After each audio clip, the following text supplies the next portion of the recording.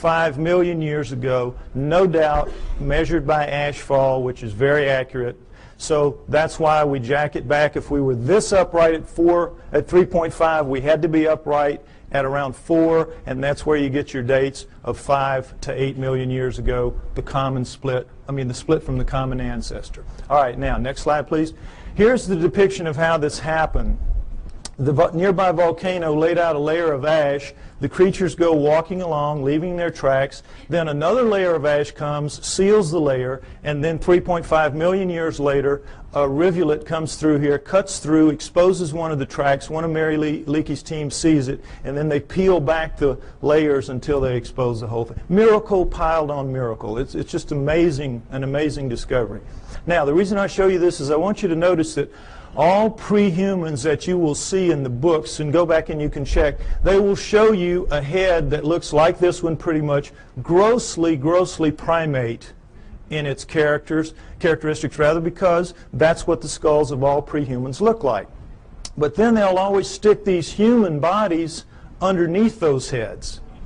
And this is a subtle brainwashing that is performed on all of us to make us think that these are in fact pre-humans, because that's what they're called. That's what anthropologists call them, pre-humans. Now, you can't pretend that those heads are in any way human, so they don't, but they leave the body parts looking, you know, amazingly human. You have the hands coming down mid-thigh, and, you know, I hate to say it, but God, this looks a lot like my body right there.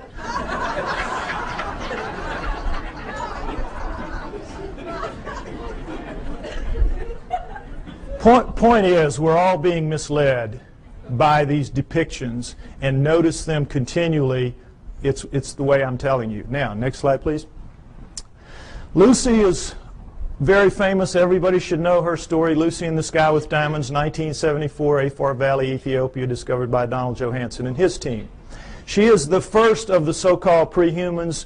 They are the Australopithecines, and she is one of the first types. Now, what we know from her is a remarkable amount, because we have 40% of her body recovered. With mirror imaging, that gives us 80%. So much more than any other fossil at the time. It was just amazing. So we know a lot about her. She stood about 3 feet 6 inches to 3 feet 8 inches tall. Very diminutive relative to us. But her bones, all of her bones, are much more robust than ours. Her upper arm bone here, for example, which is much longer than ours would be if it was a human that size. This arm bone it would end about right here. Also, it would be about that thick. So we can see she's much more robust than we are in all of her dimensions. She has the head of a chimpanzee, which we cannot tell from her skull, as you can see, but from others like her. Head of a chimpanzee. But we do know that she walks upright because we have her hip joint and her pelvis, and we have particularly her knee joint, all of which are amazingly human. So we know she walked upright, no question about it. She was an upright walking creature. Just didn't have bones that looked anything like ours, or a head for that matter. Now, one other thing I want to point out about this is the people that are paid to go out and find these fossils, these pre-human fossils, are paid to find pre-human fossils.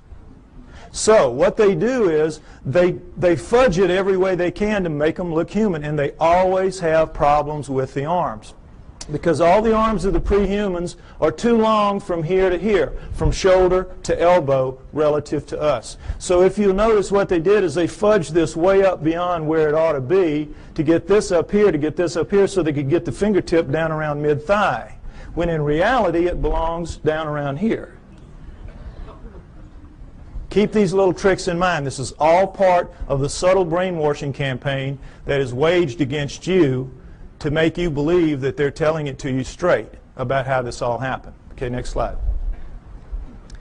All right, as I said, these are the first 4 of the Australopithecines, and Lucy is one of the first kind, Australopithecus afarensis. We have Africanus, we have Robustus, we have Boise. All right, we have basically a pair of upright walking chimpanzees upright walking gorillas. You can see that, length of face, width of face, and sagittal crest, which modern gorillas have. It's that ridge of bone where their muscles attach to the tops of their heads. So from 4 million years ago to approximately 2 million years ago, we have a pair of upright walking chimps, a pair of upright walking gorillas, and that's it. Okay? Now, at 2 million years ago, we have a transformation. We are told it is a transition, that somehow the Australopithecines segued into the next creature, which is Homo. Homo meaning man. You will see they are indeed more man-like than are the Australopithecines, which are clearly primates, upright walking primates. So, we have this changeover from Australopithecines to Homos. We're told that it is a transition, it is a transformation, as you will see with this slide. Next slide, please. Okay, here we go. Australopithecine, early Homo. Notice, if you will, this is not a transition. This would require 20 or 30 gradual changes to get in from this to this. It is an overnight change. It is just sudden. Boom. The Homos are here. I don't mean that like it sounds. Okay, next slide. All right, the Homos are here. Here we go. The Homo habilis, Homo erectus, Homo archaic, Homo neanderthal, and then Cro-Magnon, Homo sapiens, us. Notice Neanderthal man going back and through the Australopithecines don't look anything like us. Nothing. Here we sit right here. Another transition. Now remember, we had 4 million years Australopithecines, approximately 2 million years. There's some overlap in here. And then here, 120,000 years ago only, boom, here we are. Suddenly, overnight, looking nothing like anything that has come before. The bones of all of these creatures are much thicker than ours, just like Lucy's were. And in every way, the shapes are dissimilar. They do not have, it's hard to tell looking straight on, but they have no foreheads. Their foreheads go straight back off their huge brow ridges, neither of which we have. We have nice forehead here. We have no brow ridges. Huge, round, nocturnal vision eyes. So did the Australopithecines. These are primate eyes. Primates have this kind of eye. Huge, wide nasal passages indicating a big flat nose spread across the face. We've got our little uplift of bone sticking our nose off our face. We have rectangular, small, reduced eye sockets, very poor night vision. A dramatic change has occurred. The upper jaw sticks off the face. Ours squished in. Nothing like us. Next slide, please. Profiles show the degree of change is startling. Prognathous mouth, no chin. Prognathous mouth even more so. No chin, and then suddenly flat mouth, nice chin. Look at the change through here. Australopithecine, Homo erectus, Cro-Magnon. This is as big a leap from here to here as from here to here in anatomical terms. A light year. A light year. This is not a transition. These are transformations, despite what you are told by anthropologists. Next slide, please. Now, am I making it sound my way just because the heads go that way? No, let's look at a whole body. This is a Homo erectus called the Lake Turkana boy. Homo erectus, Lake Turkana boy. Now, notice, if you will, this guy's about 12 years old. His molars have not erupted yet. He already stands 5'8". He's going to grow to 6'6", maybe 7 feet in adulthood. We don't know how they grew. But already at 12 years old, he is a physically robust creature. Every bone in his body at 12 years old is far more robust, thicker, stronger than any bone in Arnold Schwarzenegger's body today. True. Now, why do you, notice too, if you will, the length of his upper arm. And he has some shoulder socket here, so they had to put it in the right place, so that forced him to put the fingertip pretty near where it belongs. It belongs a little bit lower, but pretty close. Now, what are bones like this all about? What's the deal here? Why are they so robust? Your bones are a function of the torque your muscles can generate. Your bones have to be able to withstand the pressure that your muscles can generate. And if not, your muscles would break your bones. So when you're looking at bones like this, you're looking at an incredibly powerful creature. What are you looking at? You're looking at primate bones, primates of the earth. This is how the primates are built. Gorillas, chimps, right on down the line. They are incredibly strong relative to us, are the primates. 5 to 10 times pound for pound. They can come, they'll come right out of the mother's womb, reach up, hands and feet, hook onto her belly, and she walks off. And they can hang on. Anybody's had a pet monkey knows what I'm talking about. Next slide. Okay, this is a chimpanzee minus its hair due to disease, so you can see the musculature in here. And the strength of these things is amazing. Amazing. You could take a male chimp like this, not a gorilla, and put it in a room with Mike Tyson. It's a battle to the death, and they both understand that. 2 or 3 minutes, this chimp is walking out. Now, he may be missing an ear or two.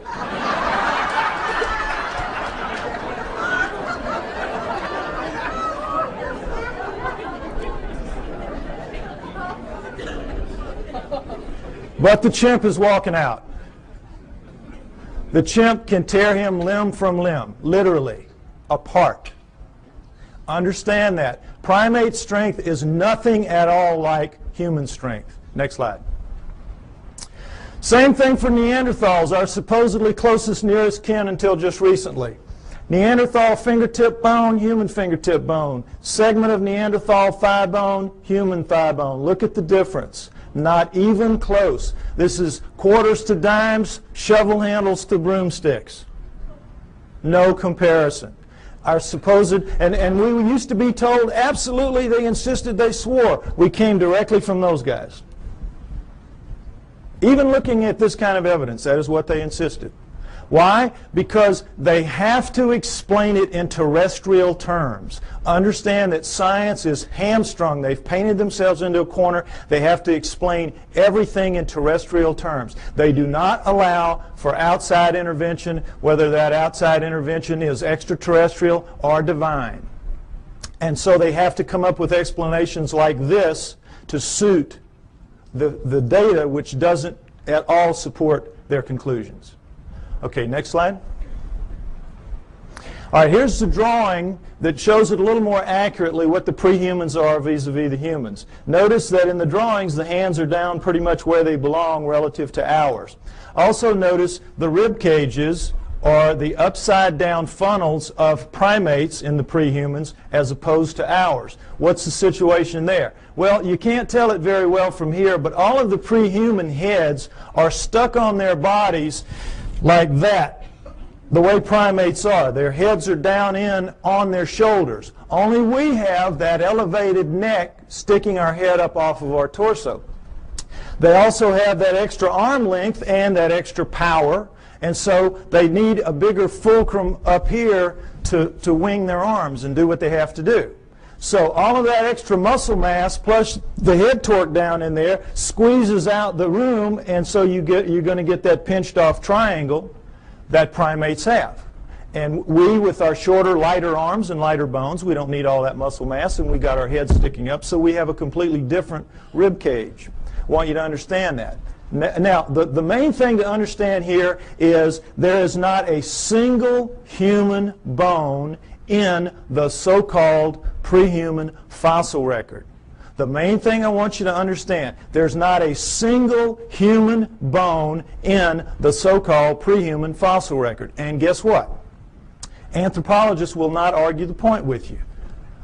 An idiot can see it. An idiot can see it. All you got to do is point it out to them. Well, they know that. So they say, you're right, you're right. There's not a single human bone in the prehuman fossil record, even though we insist that these are indeed prehumans. The reason we can get away with this is because we're going to put somebody right in here that's going to show a transition between these guys, and that is the missing link, the famous missing link. You've all heard about that. This is what it is. This is the thing that's going to stand right in here and miraculously show a smooth transition from this to this. Well, I tell you what, if the missing link was here today, he would need about 20 or 30 cousins standing right beside him, showing enough gradual transition to make this plausible. You don't just get one missing link. You need dozens to make this theory work of gradual transition, the Darwinian paradigm. And they don't even have so much as a fingernail, not a fingernail, of the missing link. Which leads us to conclude that Charles Darwin is a blowed-up peckerwood.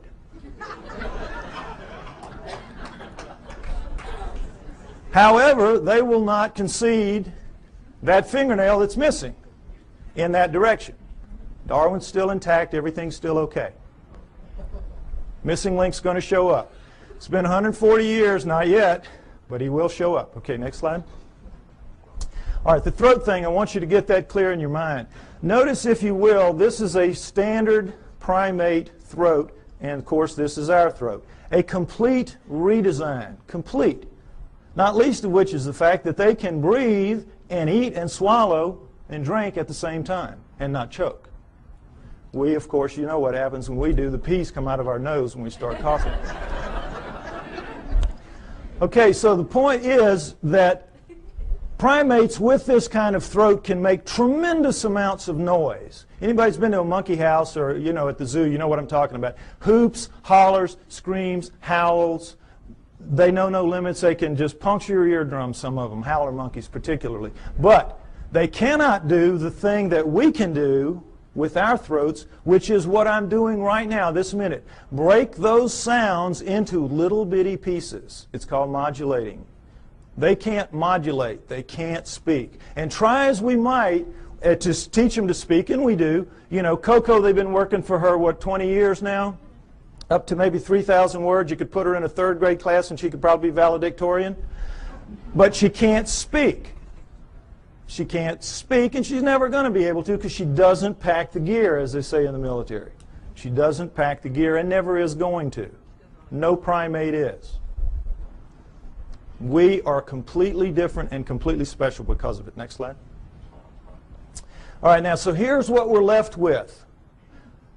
This supposed smooth transition right on through from the early ones to the later ones, including this. Now you can see, I hope, that all that's really happening here is the brains are getting bigger. And it's harder to tell because the Neanderthals and the archaics, their brains are expanding back here in what's called an occipital bun. But they're getting bigger every step of the way. It surprises most people to find out that Neanderthals had bigger brains on average than we do. 1,500 cc to 1,400 cc. Bigger brains than we have, Neanderthals. We shrunk somehow and got so much smarter. Figure it out. Point is that we're told that all these guys went extinct at 30,000 years ago because that's when we see the last Neanderthal. It's when we find the last Neanderthal fossil, 30,000 years ago. Okay, so they went extinct and that's it, and we're left behind. We were told for a very long time that we appeared at 30,000 years ago. That Cro-Magnon appeared right as the Neanderthals ended, so it was a real nice fit. You know, we appeared somehow, we killed them all, and that was it. Transition, we took over the lease, and that was it. So, the reality then later proved to be that these guys existed at least 120,000 years ago. These guys existed down into 30, so you got this huge overlap of nearly 100,000 years where they're living basically side by side on the planet and not killing each other off. So that one kind of went out the window, so they said, all right, so we didn't evolve from the Neanderthals, we evolved from the Homo erectus. You saw the Lake Turkana boy and how much we look like him. We evolved from him now. That's the new theory. Okay, you can see the problem. Now, did this really happen? Did they all go extinct? Well, why would they go extinct? No natural predators. Meanest dudes in the valley. They can take a lion on head to head and tear it apart. That's how strong they are, and that's how big they were. So what would make them extinct? Could we do that? Yes, we could. We are vicious little buggers. We are smart. We hunt in packs. We are pack animals. We're hyenas. We're two-legged hyenas. And we have a savage territorial imperative. Together, we could kill any of them. One-on-one, they just pop our heads off like a pimple. Understand that. So, given that, what if what we did was, instead of driving them to extinction, we just drove them where they don't make fossils anymore? What if that happened? Is that a plausible scenario? Let's take a look at it. All right, let's look at the Earth first, where these guys will live in. The Earth is divided into ecological niches. Ecological niches. You have the prairies, the savannas, the grasslands, the lightly wooded areas, primo niches. That's where everybody like us would like to live. You know, it's comfortable. The not-so-nice niches are the heavy, deep, dense forests, jungles, swamps, bad places like that, where we kind of live on the edges, but we don't really live in the heart of darkness. We think we do, but we don't. So, what if these guys lived in the primo niches, which they did because they were leaving fossils? And guess what? You leave fossils in the primo niches, in the prairies, savannas, grasslands, lightly wooded areas. Why? Because it's very unique that a fossil gets formed of this kind, because you have to die in very specific circumstances. You have to get caught in a flash flood so that your body is washed away, covered up by mud, so predators can't get you. Your flesh rots off, the minerals leach into your bones, and you become stone and you become a fossil. Or you get killed at the water hole. One day you're really tired, you're really hot, you're not paying attention, you go down to drink, the lion jumps on your back, kills you right there at the edge of the water hole, and then the wildebeest herd comes up behind him, run him off, stomp you down into the mud, and now same process. You're covered by mud, your flesh rots off, your bones are, the minerals leach into your bones, and you become a fossil, and that's it. And that's pretty much it. It's very hard to form a fossil otherwise. And so we see how miraculous that process is just to make them in the first place. And then, millions of years later, it washes up, or whenever it washes up, and somebody sees it that knows what it is and can recognize it and can save it. It's miracle stacked on miracle. That's why they're so few, and they're so rare, and they're so precious. Because of that. Now, understand this, that in the deep woods and jungles of the world, they don't make fossils. Doesn't happen. You get your water out of the environment. You don't have a water hole. You get out of your food and things like that. It will surprise you to know that there is not, to this day, a single solitary fossilized bone of a chimpanzee in the world that we know about. They just don't make fossils. So, instead of them all going extinct, why don't we just postulate that they lived in the primo niches? This guy arrived sometime prior to 120,000 years ago when he starts leaving fossils. And he issues an eviction notice to all of these. Get out of town. We're here. We're taking over. And they do. And there'll be some skirmishes. They'll kill a few of them. And these guys, you know, they're not that stupid. They'll figure it out. These guys are bad news. We got to move. And because they're adapted to the planet, we've seen the millions of years they're here. They're adapted to this place. They can go pretty much anywhere they want to, and so they do. They just walk until we don't chase them anymore, and that's into the deep woods and the jungles of the world. And if that scenario is true, and I postulate that it is, then it would explain the hundreds and thousands of stories that we have from around the world of what? Upright walking, hair-covered creatures living in the deep forests and jungles of the world, every continent except Antarctica. The hominoids. It explains the hominoids. You with me? Okay, next slide. Let's take a look at a hominoid. Here we go. This is a statue of a Bigfoot Sasquatch type, carved Willow Creek, California. This gentleman's about 5'7". I'm 5'11". You can figure that if that thing was here, his head would be up about right here. Okay? There are 4 kinds of hominoids. 4 kinds. We know of 2 in the West primarily. Sasquatch, Bigfoot, this kind, abominable snowman, Yeti, and then there are 2 other kinds that are dominant in other parts of the world that we don't know very much about, the Almas and the Agagwis. Okay, now we're going to go over them. They're pretty much the same except for size. All right, the Bigfoot Sasquatch kind, as you see, 7 to 10 feet tall, 700 to 1,000 pounds on average. The giants, the big ones, the ones you hear the most about. The abominable snowman Yeti, man-sized, 5 to 7 feet tall, 300 to 600 pounds, lives exclusively in the Himalayan ranges as far as we know. Taken together, those 5 ranges are as big as the United States, plenty of room to roam, but they are not on all continents. The Bigfoot Sasquatch kind is. The third kind, Almas, the Almas. They are found primarily in the mountains of southern Russia and western China, the Pamirs and the Caucasus, and the Altais and the Tian Shans. But they are also elsewhere in the world, including in the United States. Man-sized again, 5 to 7 feet tall, 300 to 600 pounds. Fourth kind, the Agagwes, about 4 feet tall, weigh about 200 pounds, the pygmies of the group. All right? Now, you might remember, ironically, there were 4 Australopithecines, 4 early homos, and what a surprise, there are 4 types, basic types of hominoids. Interesting, isn't it? Now, what they are is this. The Bigfoot Sasquatch kind live in what is called lower montane forests. Now, in mountainous terrain that are covered by trees, and if you've done any flying in the Pacific Northwest, you know what I'm talking about. The lower trees are called lower montane. As you go up, you get into upper montane. The Bigfoot Sasquatch lives in the lower montane. The abominable snowman lives in the upper montane forests of the Himalayas. You get the idea, abominable snowman, he lives up in the snow. Nobody lives in the snow. There's nothing to eat there. They live in the upper valleys, and you see them occasionally as they cross from one valley to the other by going over a mountain, the snow part of it. Okay, now the Almas also live in the lower montanes, but they're more flexible. They also seem to be the smartest, and this is not to say they're anything like us. They're just very smart animals. The Almas are. I think they're going to prove out to be living Neanderthals. The evidence is strong that the Almas are living Neanderthals. Okay? The Agagwes, the fourth kind, the pygmy kind, live in the jungles of the world. That jungle band that goes through South America, Central Africa, and Indonesia. That area.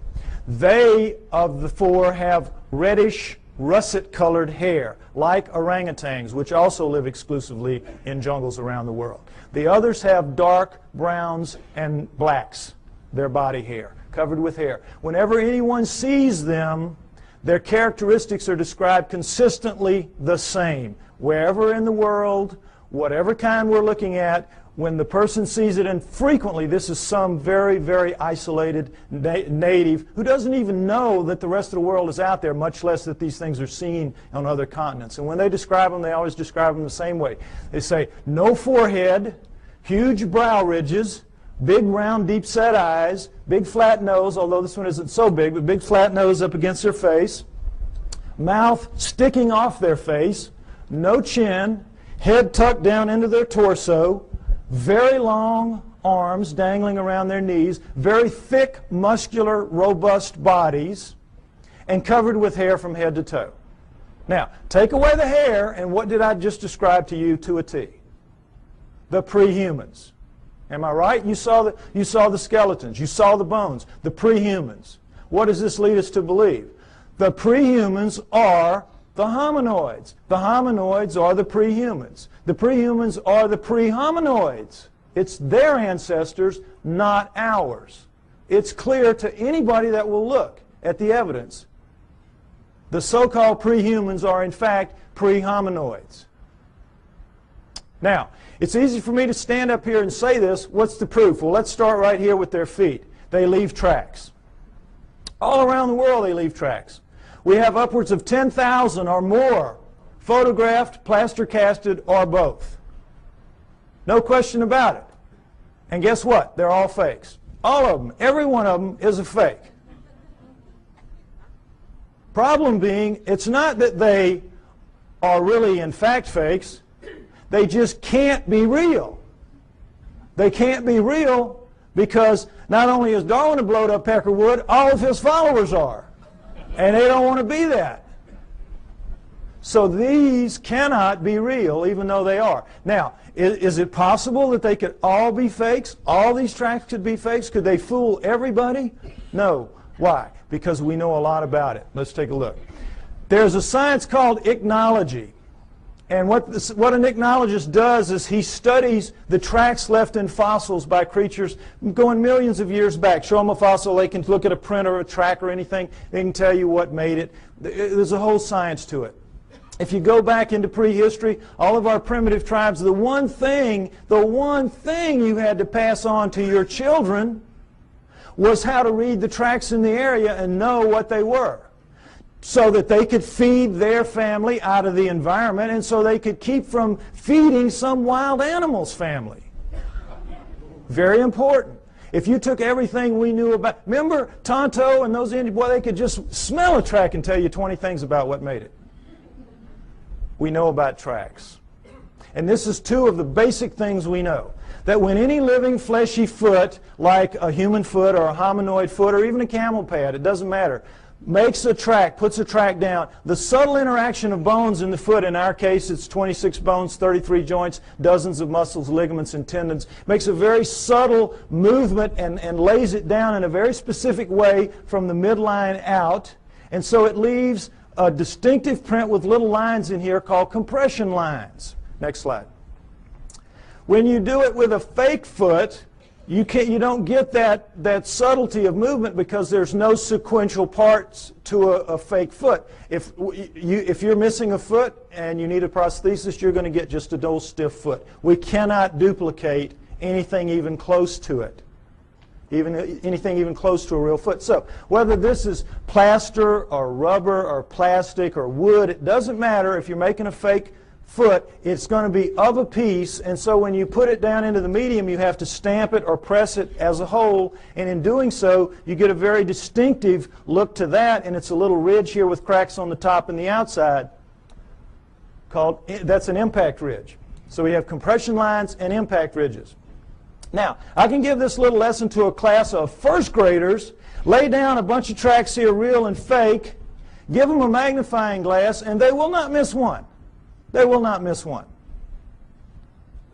Now, forest rangers that make their living out telling you, bear, elk, zebra, it doesn't matter. Whatever it is, they can tell you what it is. And no anthropologist will question their expertise. But if they see a hominoid track and they say, boy, that looks real to me too, the anthropologist say, well, you don't know what you're talking about there. You don't know what you're talking about there. That one's fake. You're wrong there. See how absurd it is? And for the most part, you believe it because you don't expect them to lie to you. You don't expect them to have an agenda that they're maintaining. But they do, and they do, and keep it in mind. Okay, next slide. All right, this is the way a human foot works. Looks and works. This is, of course, a good foot, not a flat foot. This is a typical human foot with an arch. When we come down on our heel, we have to swing our momentum around the arch, then cut it over into the ball, which will regenerate some of the lost momentum, and then we come out thrusting off of our big toe. That's how we walk. Our smaller toes pull up and act as balancers. If you notice your feet tonight when you walk around, notice how that works. Your big toe will go down, your other toes will pull up, and it will leave in making a medium, an undisturbed ridge of medium here, in making a track rather, an undisturbed ridge of medium right here, but this of course will be squashed. Very distinctive print, no question about it. Now guess what? We walk badly, badly. When you do time and motion studies of us walking, we're keeling around as we're swinging our momentum through our feet. We're locking our knees. We're basically throwing ourselves through our hips. That's why our joints wear out as we age. Our knees and our hips. We're using them badly. We walk badly. Whoever designed us needed to go back to the drawing board a couple of times more. They got lazy. It was a mistake. Okay. With that in mind, next slide. Let's take a look at a hominoid track. Typical hominoid track. This is Bigfoot, 16 inches long, but taken in that really nice powdery dirt you get at the end of a hot summer, so it's a very clear, distinct print. Notice, if you will, the differences. We have a midline about right here, ankle shifted very far forward, heel extended back here and very much widened, forefoot shortened very much and widened, all five toes looking about the same shape, ironically, square, and all five toes acting as balancers. because you have medium all the way through here. So you're getting the forefoot thrust coming out completely of the ball area, which is dented in, and it's like a two-part motion, sort of. So they have a completely different foot. It's a completely redesigned foot. Why? Completely redesigned creature. Much bulkier, much heavier, much denser, much more robust. So you need a different kind of foot. No arch is going to support that kind of weight, so you have no arch. Now, the funny thing about most real, quote, fake tracks is that the local yokels who make them make big human footprints and go out stamping those around. So, you know, immediately, they don't even have sense enough to know you got to do it, make a completely different foot. But the main thing to notice here is, remember in our motion, we walk here, we go here, we do this, and we're very awkward. Look at the line of thrust here. Straight shot. What does this tell us? He walks right. He does it better than us. He does it the way it's supposed to be done. He or she does it the way it's supposed to be done. Isn't that interesting? Next slide. Okay, this is something else that the best hominoid tracks have. Dermal ridges. Now, it's kind of hard to see, but dermal ridges are your fingerprints on your feet. Fingerprints on your feet. This is why they take a baby's footprint when it's born. Finger's too small to deal with, just stick its foot on. Same thing. Individual, unique. Dermal ridges. And there you... Oh, I think my battery's running out. Oh, no. No, when I put it down here, it goes out. I may need a replacement part here if anybody's got one. Yeah, I know, but I think it's just because I shook the battery a little bit. All right, anyway, point is that whoever's faking these things out around the world, thousands of them, is taking the trouble to make articulating feet that if they would just put on the market, they could make a fortune in the prosthetics industry. And then they're taking the trouble to incise dermal ridges when lasers would have a hard time doing this. I mean, criminals, if this was easy to do, criminals would get their fingerprints fixed, would they not? Instead of cutting them off. Lasers really couldn't do this kind of work, I don't believe. Oh, okay. Okay. Thank you. No, I got it. I'm going to go with this one for now. Okay. So, you with me? It's a conspiracy to end all conspiracies, this making the hominoid track conspiracies. And what I'm trying to get you to see is that is in fact absurdity piled on absurdity that they're asking you to believe. And again, for the most part, you do believe that. Most people who came in here today probably believed everything that the tabloids have to say about the hominoids. Problem being, if the hominoids are real, what does it mean? We are off the flowchart of natural life on Earth, and they don't want that to happen. Neither science nor religion. So in this instance, they hold hands and walk down the path together. Okay, next slide.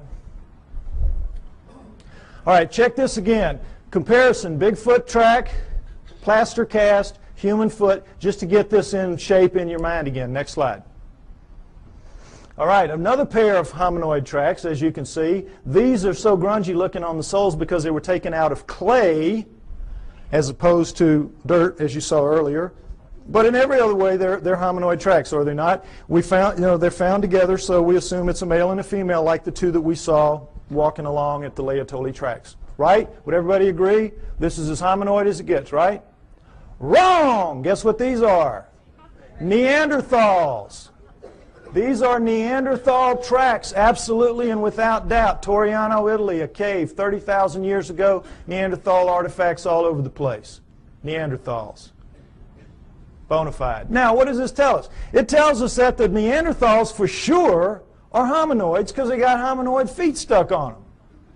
Plus, they got hominoid heads stuck, as you saw from the skulls. Furthermore, we can assume, I think, fairly, that every one of the ones we saw earlier, all the way back to Lucy, 4 million years worth, had feet just like this and were, in fact, hominoids.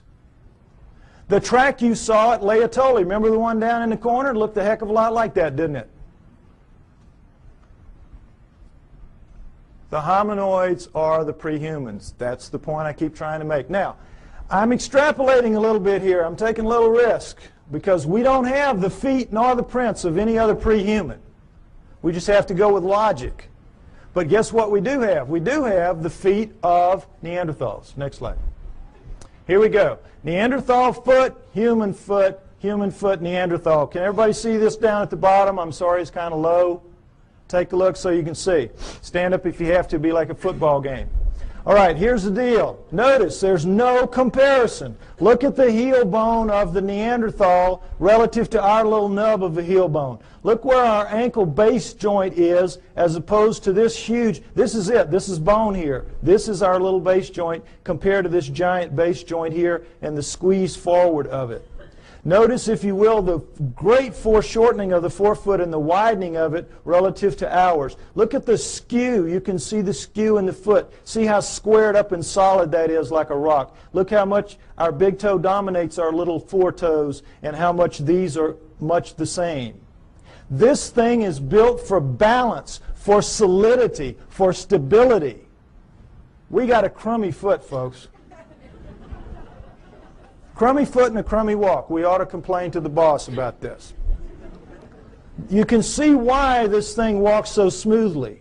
It's just kabloom, boy. It's just perfect for maintaining balance and stability, carrying all that heavy bulk and weight. Good design, bad design. Next slide. Okay, if I'm right, they're out there, all these places. Where are they? All right, let's take a look at the world. Take away the deserts, take away the tundra, and what you're left with is arable land. Arable land. All right? This is where they live, in the black parts. The heavy, dense, deep forests and jungles of the world. This is where we live, the nice, cool, open areas, the pinks, the blues, and the purples. The primo niches, that's us. All right? Now, broken down, that is 55% for us, 45% for them, moving toward 40% for them. As you know, we're cutting down forests like crazy. It used to be 55% for them, 45% for us, 500 years ago, approximately. Okay, so you look at this and you say, well, wait a minute, we're sitting right here in the desert. We live everywhere. No, we live in most of these environments, but we don't live, for the most part, up in these areas, in the Himalayas and here and in these jungles. If we live in the jungles, we live on the river. We don't live in the heart of darkness. When we have to live in the heart of darkness, what do? We cut it down. We'll cut roads through here, but we don't live in it, where we've got to hack our way through every day to go to school or to the store. Just isn't going to happen. We're not physically designed for that. Our skin won't take it. If we didn't have clothes and couldn't defeat the natural order of things, if you were to strip everybody in this room naked and put us out there to live like everybody else has to live, most of us would be dead in a few weeks from radiation poisoning. Those of us who have black skin would have a chance to make it to the equator, but couldn't stay and live in cold climates. We're not physically adapted to this planet. Understand that. Our skin does not let us go except in certain niches. The primo niches. So, understand too that we think we live in every one of the nooks and crannies out there. We are masters of all we survey. That's what we're told all the time. We're humans. We're masters of all we survey. We do not even survey all that we claim to be masters of. It will surprise you to know that of the United States alone, fully 25%, 1/4, has never once been foot surveyed, because it's just too hard to get in there and do the work. We survey from the air those areas. We do not go. We're not as tough as we think we are. Now, also understand that the hominoids are not just restricted to these areas. They move wherever there are forests. These are their real stomping grounds. But they go anywhere that there are forests. They use forests like highways because they are migratory animals. They migrate. They do not hibernate. They move with the seasons, and they use forests as their highways. As they live in the forests, they do a split shift with the bears. Bears work the day shift, they work the night shift. It is. It's how it works. Also understand that of the 5,000 quality sightings that we have in the United States and Canada, I'm not talking just, skimpy ones. I'm talking good quality sightings, 5,000 in the last 50 years. Half have been east of the Mississippi River. Every state has them, except possibly Nevada, maybe the mountains north. We have them in Louisiana, down in the swamps, the little one. It's called rougarou. When I was a little boy growing up, don't you get too far from the house. Rougarou will get you. The little red man of the woods, the booger man, boogeyman. Excuse me, booger man, right. Slip of the tongue. Anyway, Florida has the skunk ape. New Jersey has the Jersey Devils. Arkansas, everywhere has them. I bet you every one of you have heard stories about this from your state. They're everywhere. And it's the same around the world. They share the planet with us. Okay, next slide. So, you say to me, well, okay, by George, we're humans. Why don't we just go out there and get one? Even so, we can do anything. Why don't we just mount up and go get one if there's so many of them out there? All right, panda's a perfect example of what the problem is. The panda was last century's hominoids. Rumors would come out of China of this black and white bear that ate bamboo. And, of course, every PhD in the world sitting behind his little desk does not even have to get his fanny up out of the chair to say, well, forget that. We know they have black bears. We know they have brown bears. We know they have white bears. But they're all carnivores. No vegetarian bears. You kidding us? Ridiculous. And then in 1869, a French naturalist goes to Sichuan province, China, and sees the hide of a freshly killed one hanging on the wall, and he knows they're real. So every zoo and museum mounts up the expeditions that you would like to see mounted up today to go out to find the next panda and bring it in. Serious. Now we're talking Sichuan province, an area the size of the state of Arizona, very mountainous, hilly terrain, difficult terrain, covered with bamboo rather than woods, but in every other respect like the environment that hominoids will be found in. How long do you think it took those teams? And this is back in the 1800s where people really knew their way around the woods. How long do you think it took? 60 years. And quit giving away my punchlines. Don't do that anymore. 60 years. 60 years. Those of you who've seen the movie, do not give away the punchlines. Okay. Now, it sounds like a gross exaggeration, and it is. They only looked for about 30 years. This is where Ivy made the mistake. They only looked for about 30 years, and then they gave it up. And they said it has to be extinct now, and then 30 years later, Teddy Roosevelt's sons are out there doing some sport hunting, and they kill one. Okay? So then they mounted up again, knowing that it's for real now, and because they had learned so much in the interim, they began to get them. And over the next 20 years, they brought in 6. And we have the panda craze, that we have today. But even to this day, they're extremely difficult to go out into the wilds of Sichuan province, China, and bring in a wild panda. Now, what is the panda doing that makes it so difficult to get one? Well, as you can see, it's very brightly colored and stands out very distinctively against its green background. It lives during the day. It eats a very restricted diet, bamboo. It's very slow moving. You see them move in zoos. They're stupid as a bag of hammers. They can't even reproduce in zoos. Can't even find each other or figure it out. I mean, how stupid do you have to be? Anyway, point is, they're not doing anything. They're living their lives, and the problem lies with us. We can't hack it in their world very easily. We think we're masters again of the world. We're not. We're not. And where they live is where the hominoids live. And the hominoids are bigger, faster, stronger, operate at night, eat anything in their world. They can hear better, see better, and I'm absolutely sure think better than we can. We're not going to just mount up and go get one because we've tried it many times and it hasn't worked. We're only going to see them by accident, encounter them by accident. And that's when it happens, and it happens a lot. We have good evidence on record of these encounters. Next slide. We're going to go over a few. The famous Patterson film, Roger Patterson took a film of a female hominoid walking along a creek bank in 1967, October. You all saw this, well, not all, but some of you saw this recently on a television program called World's Greatest Hoaxes. All right, that itself was a hoax. That program was a hoax. I wrote a long email about this, and it's on my site if you'd like to read it, www.lloydpye.com. It's a defense of the Patterson film showing what they did not talk about in that program, trying to make this film look like a hoax and pick on it, as people will do occasionally. There's no doubt that this is a bona fide film for a number of reasons we're going to go over. All right, first of all, it was a bright sunny day, as you can see.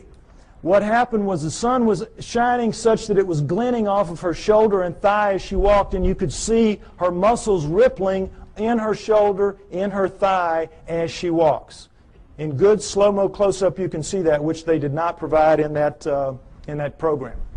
All right, if that's a person in a suit, the suit has to be glued to naked skin. In the gluing process, you lose that flexibility, that ripple. The only thing that looks like this does in this film is real skin over real muscle working. So we could stop right here. It's real just based on that. Right there. But we don't have to stop. The arm, if you've all seen her walk, she walks along like this. She drags her arm down around her knees where everybody says, you know, the hominoids do. Why? The elbow articulates right here, which is much longer from shoulder to elbow than a human. If that's a human in a suit, impossible. You can't get an elbow bend at the same point. So we could stop right there. Solid proof that that's not a human being in a suit. But furthermore, Jerry Romney, the guy they said was in the suit, they stuck him with breasts. What would they do that for? Why go to the problem? Why go to the trouble? As she walks along and she turns back to face him, you see the breasts sway, and she takes a couple of steps, and you see that nice jiggle that we all know. If it's a person in a suit in 1967, it's going to be those early silicone jobs. Remember those?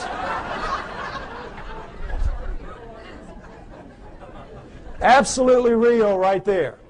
Furthermore, she left tracks in the hard-packed sand of the creek bed. 1 inch deep. We have pictures, we have casts. That cast you saw earlier of the cast in the foot, that was her foot.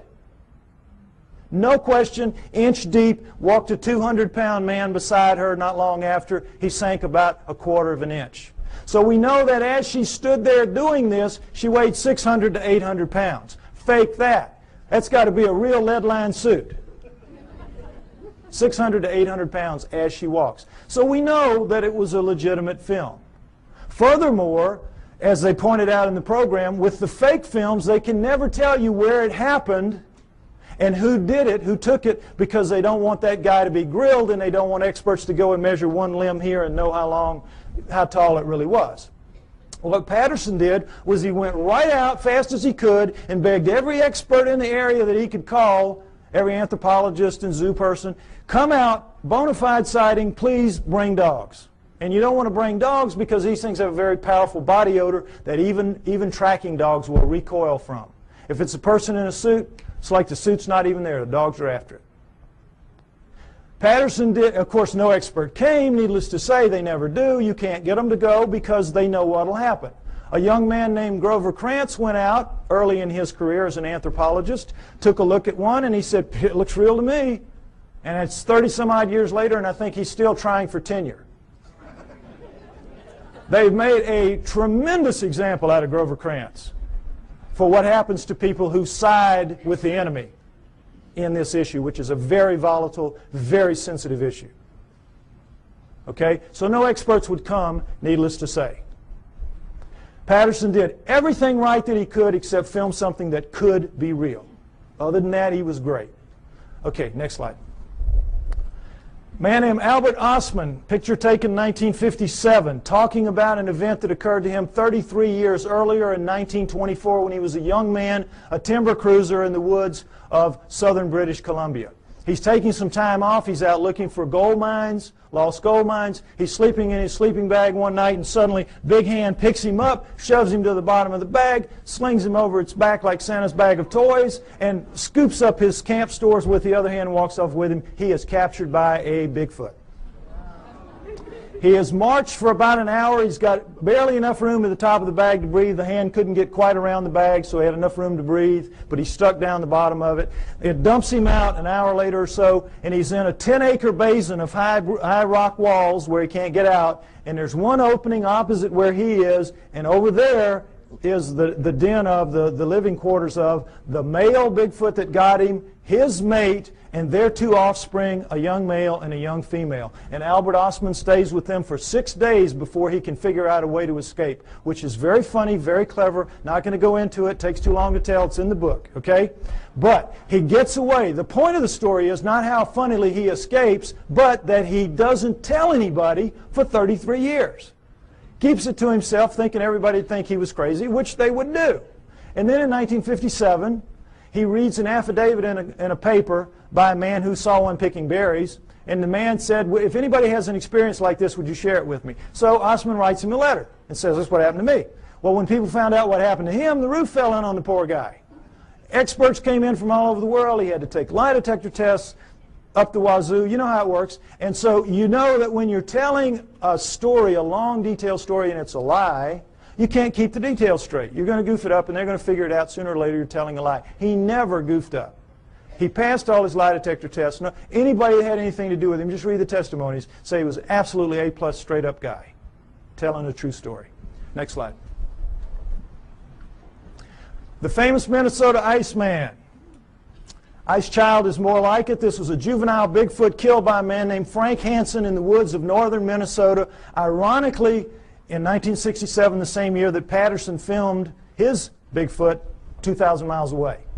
All right, now, Frank Hansen shot it in the back, blew out that nice hole in its chest, dropped it, severed its spine, dropped it down. It pulled its arm up to protect its face from him, as you can imagine, shot it through the wrist, through the left eye, blew the right eye out onto its cheek, and blew out the back of its head. Coup de grace, killed it dead. At that moment, 1967, Frank Hansen could have changed history. He could have taken this thing, crammed it down the throats of science, and we would not be having this discussion today. We would all accept hominoids as a reality from that point forward. No problem. But Frank Hansen was not that kind of man. The kind of man he was, he saw the opportunity. He bought a 7-foot floor freezer. He threw the body in there. He filled it up with water. He froze it. He put a piece of plate glass over it, and he took it around to shopping malls and county fairs for about 12 years, from about 1978 to, about 1968 to about 1980. Did anybody here besides me see it when it was out? There's always people that saw it. Okay, so they can tell you that it was the real deal. Okay? Now, what you saw if you went and paid your buck to see it was this thing laid out, and you could see it's kind of snowy, milky ice right here, but where you could see it was like glass. It was like air. It was clear. You know how ice can be. So, you could see very clearly that this was an living dead thing laying in front of you. But don't take my word for it. Take the word of a man named Ivan Sanderson. When Frank Hansen was trying to get publicity for this, he allowed Ivan Sanderson, a true zoologist and a great cryptozoologist, to study this thing for 3 full days. Very powerful lights, the whole works, and Sanderson wrote this tremendously detailed technical report about it, much of which I quote in the book. You read that, you will know the man knew what he was looking at from a technical zoology standpoint. I'm looking at it just with layman's eyes when I'm a young man, but they're perfect eyes, astronaut eyes. So I'll tell you what I saw. What you could see, what anybody could see, because the knees were almost to the top of the glass, is that every hair, you know how hair floats in water? This is not our hair, this is primate hair, 2 to 3 inches long. It's sticking off, it's like a pincushion off its body. You can see right down to its skin wherever you look. And wherever you look, you're looking at what amounts to a small pencil lead hair, round. Tucking into a pore, perfectly tightly round. Wherever you look, millions of them, wherever you look. Now, what we're told is this was just a wax and rubber dummy made up by a charlatan who was out to just take advantage of people, right? Ask anybody who works in the wax museum business, and they'll tell you the one thing you can't do well is hair, because to get the hair right, you got to punch it in with a tool, and you got to pull that tool out, and it's going to leave a little nick mark around the hair. None of that in this creature, none. But the thing that really impressed me the most, and I'm sure everybody else will verify this, is, you know when you kill a deer or something, you let it bleed out, but for a long time after, it oozes that pink kind of fluid. You scrape your elbow, for women who don't deer hunt, scrape your elbow, you know, and after a while you're still oozing that pink sticky stuff. Well, it was still doing that when he froze it, when he put the water in. So as the water was freezing, that stuff was coming up in tendrils, ribbons, pink ribbons of that sticky, oozy stuff, coming out of every wound, out of there, out of the mouth, out of the nose. You know when you have a traumatic head injury, you bleed out of your nose and your mouth as well, out of both eye sockets, out of the wrist. Little pieces of bone were sticking out of the wrist. Every one of those, and those ribbons went from down as deep in the holes as they could get up to the surface, and they spread out in little pools, little circles at the top of the ice. Now, I defy anybody making a fake to even think to do that, much less pull it off and make it look so real. This was the real deal. Next slide. Perhaps the most interesting story of them all, Zana from Russia, an Alma. Remember I told you that the Almas were also man-sized, 5 to 7 feet tall, 300, 600 pounds, and they're dominant in Russia and the Orient. This is Alma, the living Neanderthal. This is one of them right here. This is Zana, is an Alma, was an Alma. Now, understand this. In the Orient, the tradition when one of these things is captured, for whatever reason, was to kill it immediately, desiccate its body and sell its body parts for medicine, principally aphrodisiacs. That's the Oriental tradition. In the Russian area, though, when they would be captured, male or female, they would be used as slaves, physical slaves, held, spirits broken in these primitive villages where they would be, and they would be used to carry wood, fetch water, do the haying, all the heavy work nobody really wants to do. Make the slave do it. And so that became their fate. And for females, another aspect of it was they had to become the sex slaves of the men of the area. And that was one of the other great advantages to having a female. And so this is the fate that befell Zana in about 1850. She was captured as an adult in 1850. We do not know how old she was. She was an adult. She was taken to the village of Tikhina, where they kept her in a hole for about 3 years until her spirit was broken enough to let her wander around. She was dependent on them for food, and then they began to train her to fetch wood, fetch water, do the things that she had to do. And she became like the village pet for 40 years. She died in 1890. Now, how do we know this? Because in the Orient and Russia, they don't have the same tradition that we have. They're very old countries. They've been living with this for a very long time, for centuries. They know they're real. They send researchers out taking information about it. They send teams out trying to find them, or they used to when Russia had money. They don't now. But this was done in the mid-1970s. Excuse me, I'm sorry, mid-1960s. This research was done in the mid-60s. So, in the mid-1960s, this is an area of Kazakhstan where she lived, where people live very long lives. You know those places in the world where people live up around 120 years old? So they had over 100 people above the age of 80 that had known her quite well in their youth. There were 10 still alive who had attended her funeral. So they were able to get tremendous corroborative evidence, corroborative testimony about her lifestyle, and everything about her from all these different people, so we have an amazing view of what she was like and what her life was like. Again, a lot of which I go over in the book. But the main thing is that she never learned to speak, but she learned the language. They could talk to her and she'd know what they meant. And while there, she gave birth 8 times to hybrids with men of the village. 8 times. Killed the first 4 accidentally because her kind apparently washes the newborn off immediately. She would take it to the freezing glacial river that ran through the village, and because they had so much human in them, it would kill them. So the last 4, the village women took them from her at birth and raised them on their own because they looked so human. And every pair of hands was very valuable in one of those primitive villages like that. And so they raised them up, and they became Russian citizens. Married, had children. Her great-grandchildren are alive in Russia to this day. I know, it's an amazing story. Now, what do people say about her children? Well, everybody said that they were indeed taller than most, bigger than most, a little more robust than most, but not giants, not superhumans, just strong, you know, big and strong people. Darker skinned than most, but not truly Negroid. Hair like, you know, everybody, but not covered in hair like she was. Average intelligence, not wizards, not stupid.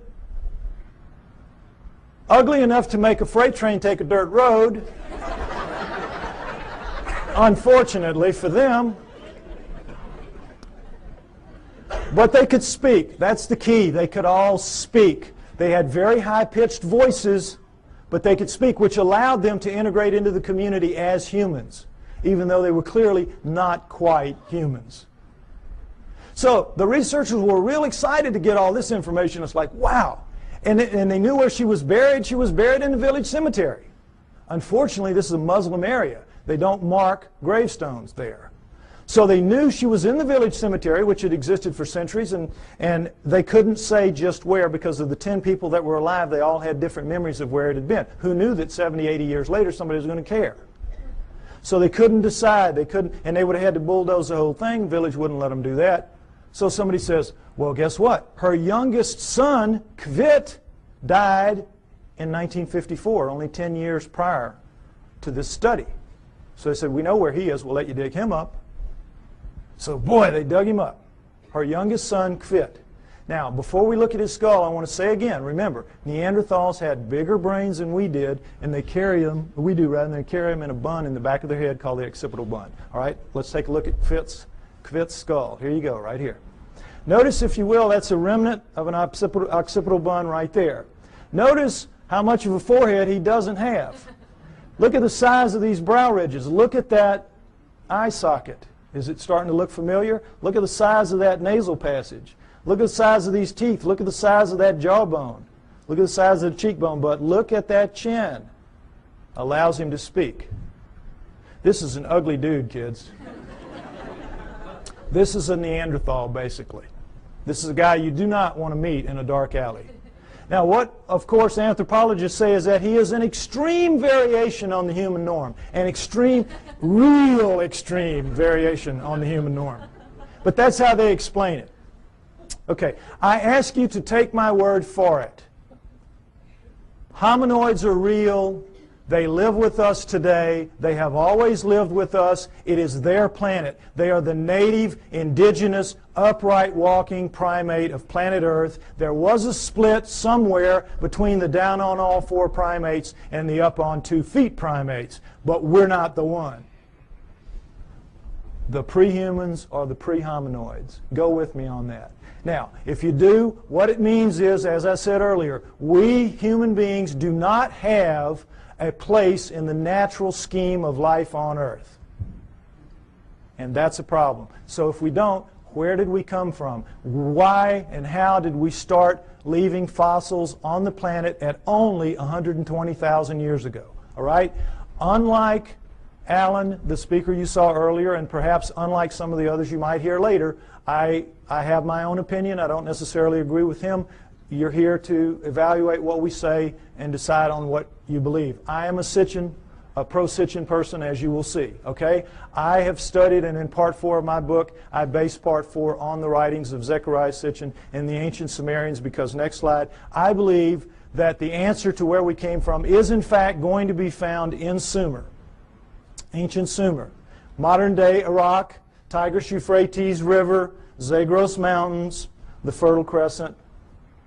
And the Sumerians are the first great culture that we know to come out of the Stone Age. At around 6,000 years ago, they appear full-blown, boop, everything. Over 100 of the first that we attribute to a high culture the Sumerians produced.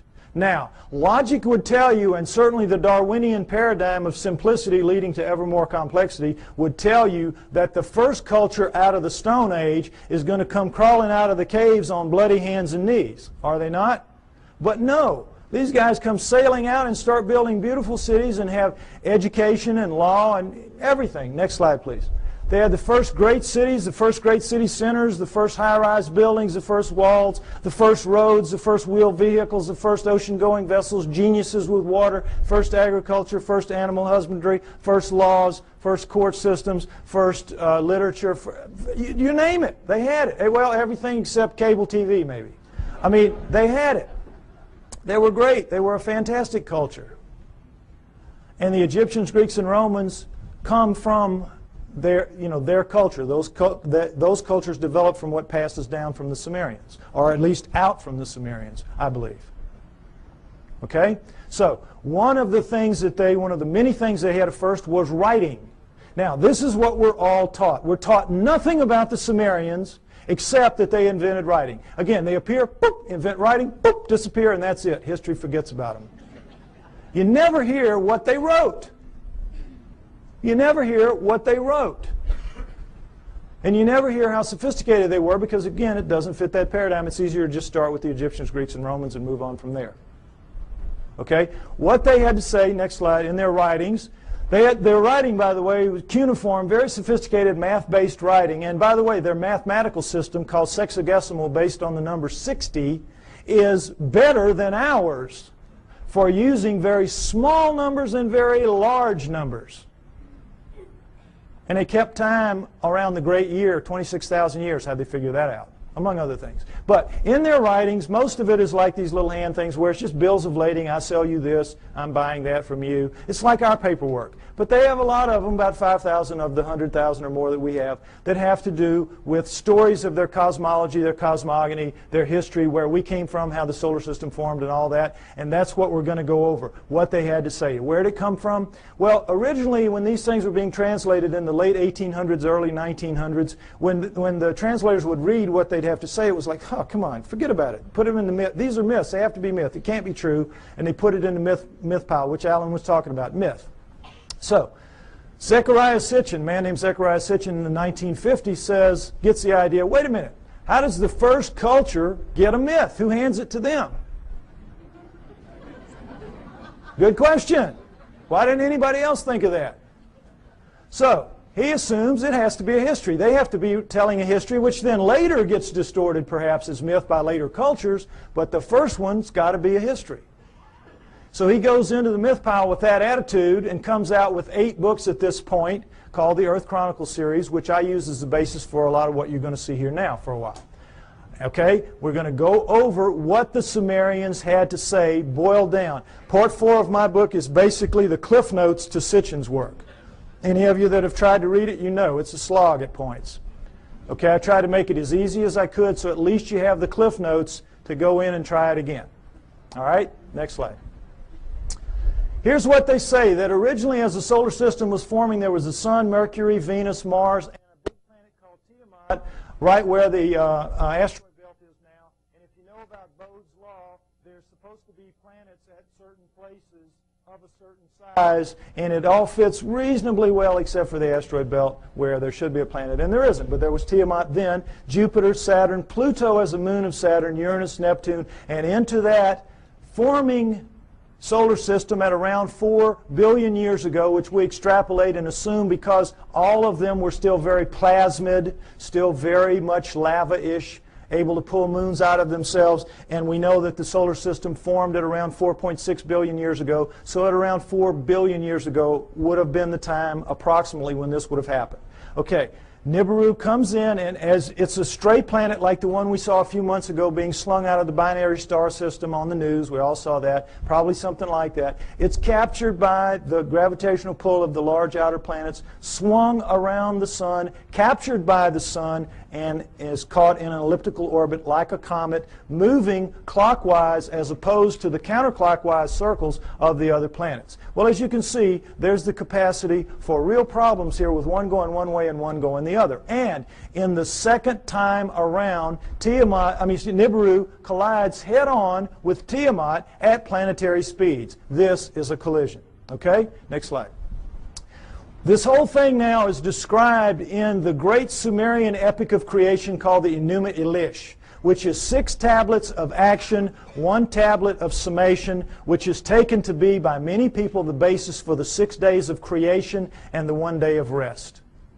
because much of the Old Testament is a direct come down from the Sumerians. And if you know the Sumerian history and you read your Sitchin, you will know that, or my stuff, you will see that that is the case. Now, in that great epic of creation, the Enuma Elish, six of the major puzzles of modern astronomy and earth geology are, I think, plausibly answered.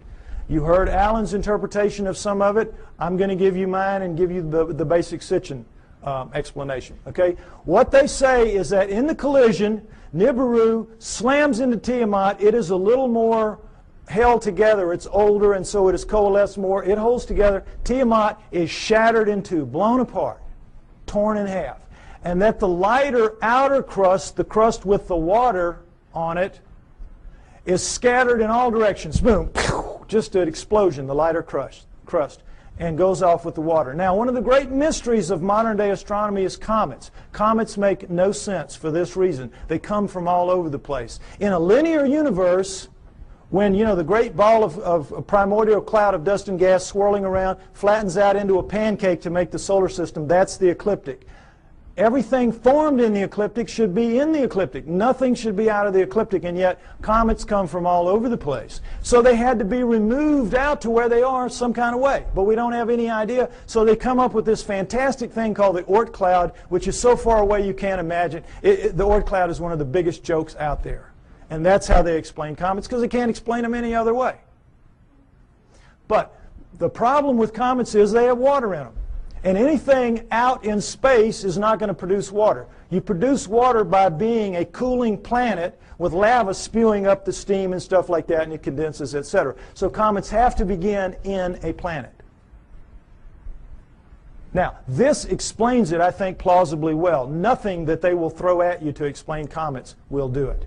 All right, number two, the other great mystery, the asteroid belt. What they say is that the inner viscous magma inside Tiamat in the collision was strung out the bowels of the planet. The guts were ripped out and strung out and broke into little pieces.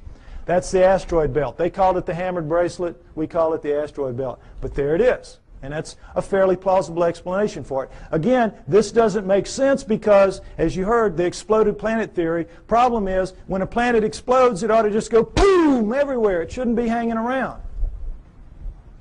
Doesn't make sense for a number of reasons. Okay, now the third one is Pluto. Pluto's a problem because it's, as you've all been hearing lately, they're trying to downgrade it. It doesn't belong. It doesn't fit. It has an orbit that's not like the others. It carries inside the orbit of Neptune, and it's 17 degrees off the ecliptic. Again, nothing should be off the ecliptic. What they say is that Nibiru, as it swung around, it pulled Pluto away from Saturn, its original home, and dropped it out where it is now. Now, all astronomers know Pluto is not a natural planet. It started life as a moon of an inner planet. They know that. But they have no idea how it could have gotten moved out to where it is. Here you go. Here's the reasonable answer right here. Now, let's talk about Earth.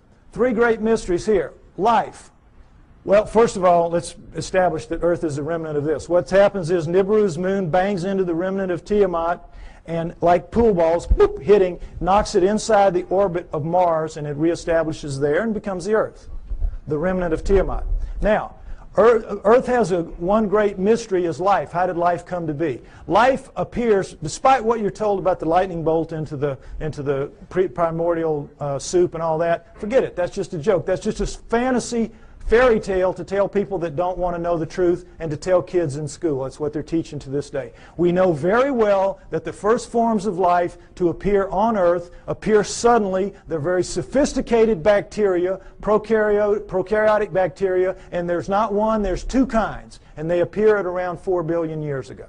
Suddenly, overnight, strata with two kinds, sophisticated bacteria, relative to what that first living form would have been. If I had done the first part of my show, you would see all that. Okay, you can get the tape or get one tape and put it in a room and let everybody see it if you want to. But anyway, the point is, life is a great mystery. How it would suddenly appear 4 billion years ago, here you go. It says in the tablets, in the collision between Nibiru and Tiamat, in the mingling of their waters, Nibiru passed life to Tiamat, to the remnant of Tiamat. perfect explanation for the sudden appearance of two sophisticated life forms on the remnant. Now, the remnant now is over here with its moon, Kingu, and has gone over, and now we're looking at two major differences in Earth and all other astral bodies out there. Earth is missing a huge portion of its crust, and it has plate tectonics, movement in the plates. How could that happen? No explanation. Why? Because in the vacuum, any liquid in a vacuum, what does it do? You see it in the space shuttle all the time. They let orange juice or milk. It makes the smallest, tightest ball it can make. That is what a liquid does in a vacuum. Smallest, tightest ball it can make. Now, that is what all the other astral bodies have done. They don't have plate tectonics. There's nowhere for the plates to go. They're as tight as they can be. Where do plate tectonics come from? In the collision, the backside of Tiamat is cracked like an eggshell. Cracked like an eggshell. There are the plates. There are the plates.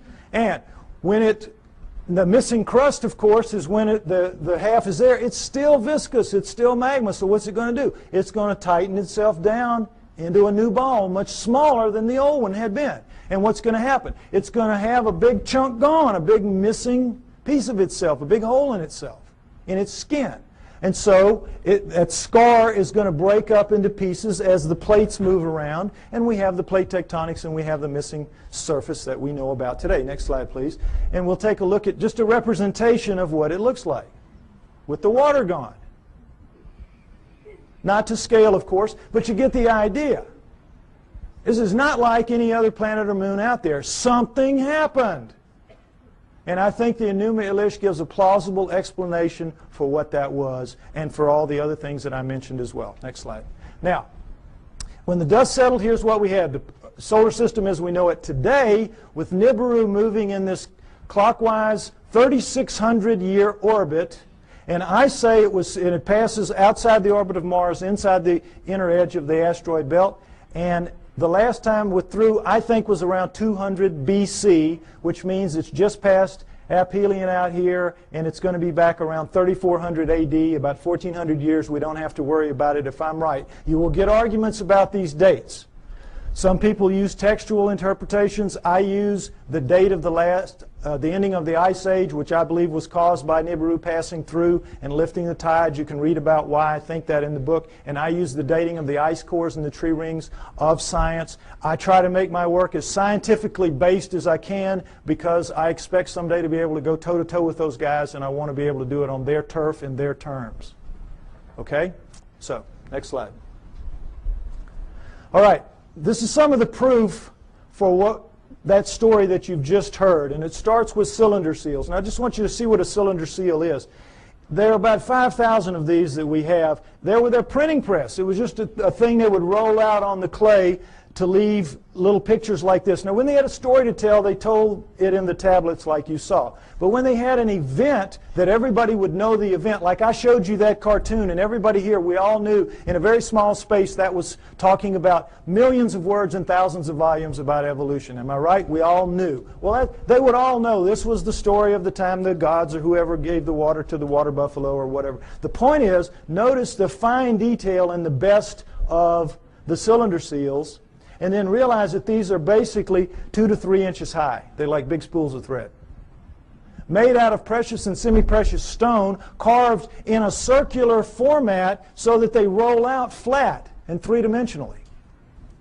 Now, when asked how this was done, science says, well, they could only have bored little holes into the rock and then abraded them out like they, to the degree that they wanted. Well, the sand would be bigger than the holes you need to do this, some of this work anyway. There's just no way. Lasers, this is not even an inch square here. Lasers would have a hard time doing this if they could do it. Nobody knows how they did this. They're just pulling one out of the hat on you. Okay, next slide.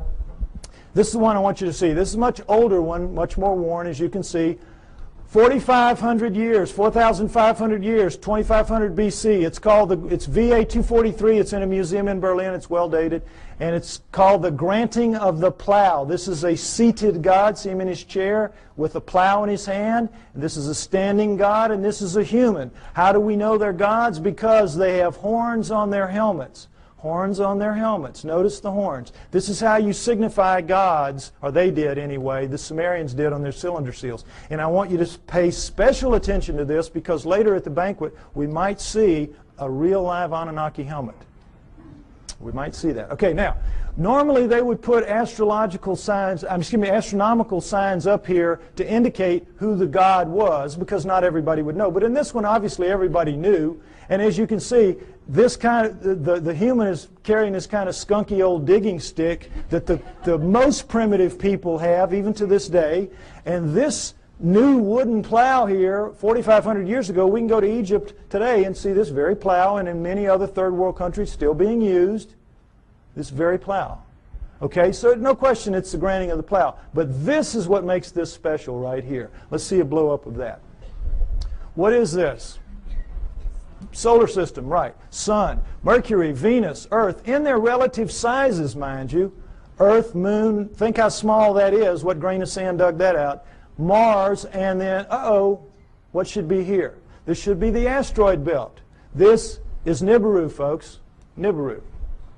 Jupiter, Saturn, Pluto as a moon of Saturn, Uranus, Neptune. Notice that it's only a little bit bigger than Uranus, Neptune. It's about 3 times bigger than Earth. Nibiru is a good-sized planet. Good-sized planet, according to this. Okay? Now, again, what proof do we have of any of this? Let's take a look at this. All right. Here's a look at the solar system that you don't get to very often. And did it occur to any of you that we were looking at a cylinder seal carved at 4,500 years ago that had Uranus in it that we only discovered in 1781 when our telescopes got good enough to see it? It had Neptune when we discovered in 1846 when our telescopes got good enough to see it, and Pluto, which we discovered in 1930 when our mathematicians got good enough to tell our astronomers where to look for the thing because it was so small. What are the Sumerians doing knowing about that? Furthermore, what are they doing writing in one of their tablets that if you look at these two, Uranus and Neptune, in the heavens, meaning right out on them, they look like blue-green watery twins. When we didn't find that out, we thought they were just big old gas bags like Jupiter and Saturn until Voyager went out there in 86 and 89 and found that, lo and behold, they really are blue-green watery twins. What the Sumerians said 4,500 years ago. Furthermore, they didn't count the way we do. Earth was not the third rock from the sun for them. It was number 7. So that means they were counting from out here and they were putting Pluto in its correct place. What are they doing with all that knowledge? Well, they make no bones about it. They say everything that we know, everything that we are, everything that we have comes from the people living on Nibiru. The people living on Nibiru came to Earth and gave us everything that we have, everything that we know, our great culture. Now, what's the proof of that? Is there any proof that any ancient advanced civilization was ever on Earth at any point in the dim or distant past? Yes, yes. The megalithic structures out there, the pyramids, Tiwanaku, Baalbek, Teotihuacan, Stonehenge, you name it. A couple of dozen of them. All of those are impossible for human beings to recreate today. And yet we are told in another one of these great fantasies that they were somehow created by people in ancient times, ancient Egyptians or ancient Sumerians or anybody. Somehow or other they did it. And it's just absolute malarkey. Impossible. Now, next slide. Some Egyptian scholars tried to prove it by getting down in with some pink granite here and wailing away with some stones for a few hours and tore their hands up and walked out of there saying, well, you know, we couldn't make much of a dent in it, but boy, you know, those old folks, they sure had a lot of time on their hands, and somehow they figured out a way to do it. Wouldn't give an inch after this. Wouldn't give an inch. It's ridiculous. Now, here's the stone they're working on. Next slide. Some of you may have seen this. This is an ancient 1,170-ton obelisk lies unfinished at the Aswan quarry. A crack rendered the stone unusable. It's pink granite. They were making it into an obelisk like the one you saw in Allen's slides. Okay? It's about 100 feet long. It's about 12 feet wide, 12 feet deep on the side. Imagine the Washington Monument, just squared off. And it's pretty much done. But now let's move this from the Stone Age Let's move it through the age of copper, because copper wouldn't make a dent in that. And let's move it into the Bronze Age. Bronze will chip on it. Bronze will take a little bit of it out. Now, let's put our bronze chisels or hatchets or whatever in the hands of some guys and get them down in this crack and put them to work. How do you think you're going to fare in there? Pretty tight fit. Plastic Man might have a tough time up in there. But the point is, they've got it pretty much done. They're working on the spire here when they break it. You know how it works. You press here, you get this. Well, look, does this look like somebody chipping away with a little hand? No. This looks like a belt sander taking pieces out the size of the chair you're sitting on. Huge chunks of pink granite, one of the hardest stones in the world, just being ripped out. And they press too hard with whatever machine they've got here, and you know your physics. You get stress back here, and they popped it. They broke it. And they just said, whoops, we busted that one. And they just unhooked it and went somewhere else and left it for us to marvel at and wonder how they could have done it. But now let's go ahead and say they didn't bust it and they finished it. These primitive people now who managed somehow to do this. They finished it. It's ready to go. The hole, by the way, is about 15 feet deep. That's the top of it up there. But still, what's the first thing they've got to do? Somebody's got to draw straws to get down there with his hatchet and cut it loose from the bottom. Now, who's going to do that with 1,100 tons sitting on top of him? We could not get our best diamond-tipped blades to cut through underneath this thing.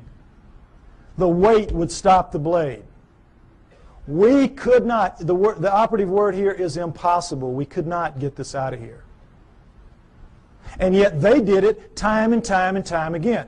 To lift it out, just if we could somehow cut it loose, we would have to take a dozen of our largest movable cranes to wring that hole just to get it up.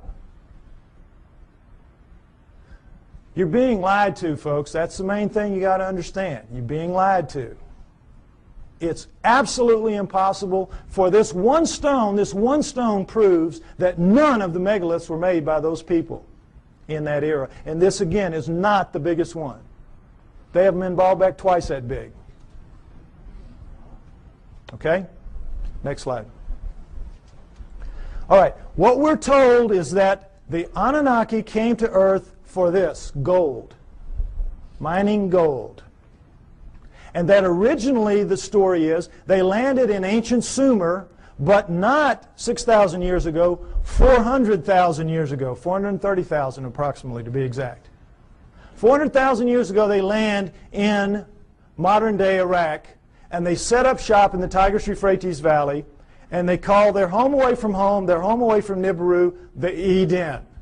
You'll see a poster out there by my thing, Anunnaki over Eden. That's what that means. Because that poster is the Tigris River Valley that the symbol is rising above.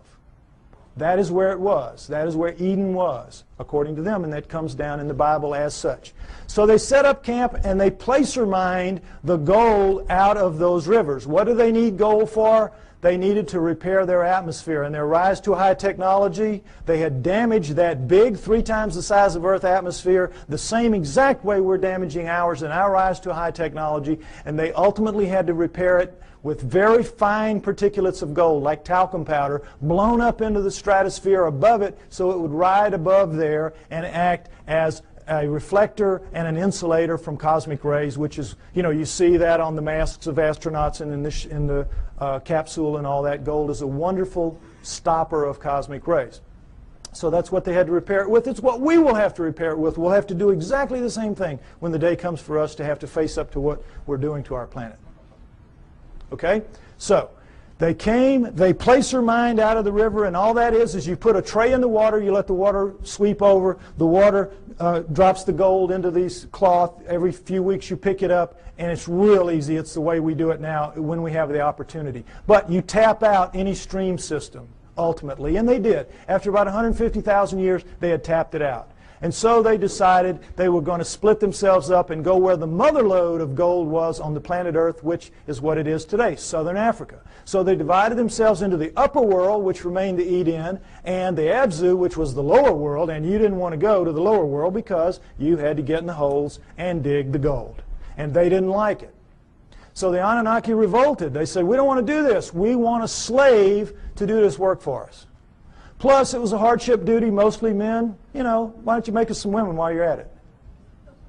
So that's what they did. They decided to use the creatures of Earth, which would be the hominoids, and I say it would have been the Almas, the likeliest candidate. They took the creatures of Earth to get some of their genetic material to make the new slave better adapted physically to the planet than they were, but the slave would for the most part be like themselves. We shall make the Adamu, A-D-A-M-U, which comes down as Adam, and we shall make the Adamu in our own image after our own likeness, which comes down word for word. And that is what they did. They made their slave inferior models of themselves. That's us, folks. That's us. We're really inferior models of the Anunnaki. And as you saw in the cylinder seal, we look like them. We look like, in their own image after their own likeness. In all of the cylinder seals, we look just like them. We don't have the horns on our headgear. That's about it. We are them. That's why we're not adapted to this planet. That's why we're so obviously not a part of this planet. We have their bones. We don't have primate bones. We have their muscles. We don't have primate muscles. We have their skin. We don't have primate skin. We have their body pattern, their hair patterns on their body is ours. We have thickest on our front, thinnest on our back. Primates have thick on the back, thin on the front. We have their eyes, their poor night vision eyes. We have their foreheads. We have their brains. That's the key to this. We have their brains. That's why we're not like anything else on this planet. We are them. We are genetically engineered copies of them. Okay, next slide. Let's take a look at how that was done. Human body contains 100 trillion cells. There's a nucleus inside each human cell except red blood cells. Each nucleus contains 46 chromosomes arranged in 23 pairs. One chromosome of every pair is from each parent. The chromosomes are filled with tightly coiled strands of DNA. Genes are segments of DNA that contain instructions to make proteins, the building blocks of life. This is where genetic engineering takes place. Now, we're going to go over it lightly, but it's very important. I want you to understand these things that I'm going to tell you now. Okay, next slide. Don't worry about the details and how they do it. This is what they do. They can open up a cell, our genetic engineers can, our geneticists can. We can open up a cell, open up the nucleus, pull out strands of DNA, and in that strand, 98% of it will be what's called junk DNA. We don't know what it does. If it has a function, we don't know what it is.